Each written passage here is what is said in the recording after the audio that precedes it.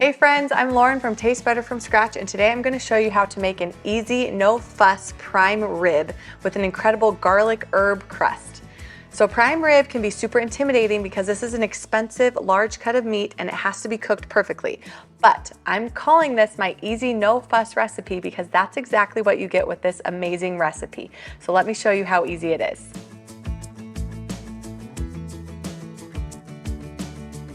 So prime rib is also known as a standing rib roast, and it's the cut of meat that's taken from the back of the upper ribs of the cow. So when you go to your local grocery store, you can ask your butcher to cut a piece for you, and you're gonna want to get about a 5-pound piece is what I like to do. You need about 1 pound per person at your party, so you could buy more than one if you want, but this is a real manageable piece of meat to cook evenly. And you're going to remove it from the fridge an hour before cooking to let it kind of come down to room temperature so that it all cooks evenly throughout. We're gonna season the outside of the roast all over with salt and let this rest at room temperature for about an hour, and then we'll prepare it the rest of the way for the oven. Okay, we're ready to prep our roast. I'm gonna set this to the side. This is a really simple kind of herb garlic mixture that we're making. You're gonna want about 8 cloves of garlic minced. We're going to add a 1/4 cup of olive oil. I have 2 teaspoons of fresh cracked black pepper. And then we're going to want some fresh rosemary and thyme. I love to use fresh, they have the best flavor. You could also use dried, you'll just need quite a bit less. And that's it. This is a really simple topping for the prime rib, super flavorful. It'll create a beautiful crust right on top. Grab your roast. And I just like to use a spoon to just gently spoon it all over the top, the sides. I usually start with the top because it's what needs to look the prettiest for our presentation. One thing I should mention when you're buying a roast, this part at the top that has all of the fat, this is called the fat cap. Usually the butcher will trim it for you. Just make sure that it's just between 1/4 inch and a 1/2 inch thick. You do want some fat on there to help protect your meat, but you don't want it to be overly fatty. And if it seems like it has a large fat cap, you can always trim it off.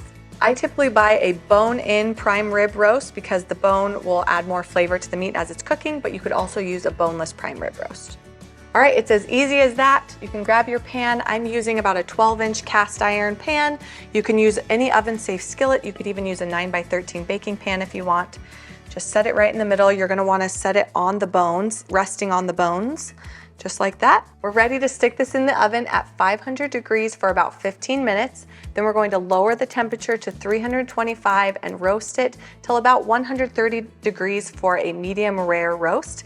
You just want to be sure not to overcook this meat because it is such a great piece of meat. So err on the side of pulling it out of the oven sooner rather than later, and definitely use a thermometer.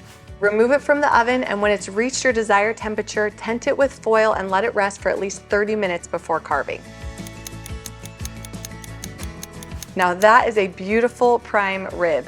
So if you cut into this too early, the juices will run out and the meat will be a little chewy, so that's why we've let this rest for 30 minutes. And now it looks just perfect and we're ready to carve into it. I like to cut the bone off of the ribs so that the rest of the roast is easier to carve. There may be string from the butcher tying it up, and you can also remove those. Now we're gonna carve this against the grain into about 1/2 inch to 1 inch thick slices. This is such an expensive thing to order at a restaurant. It's much more affordable to cook from home, and it's so easy to do. This is the perfect recipe to make at your next holiday, family get-together, or gathering. The meat is so tender and juicy, flavor-packed. This is exactly what you want out of a good prime rib. Thanks for watching, you guys, and head over to tastebetterfromscratch.com for more recipes that taste better from scratch.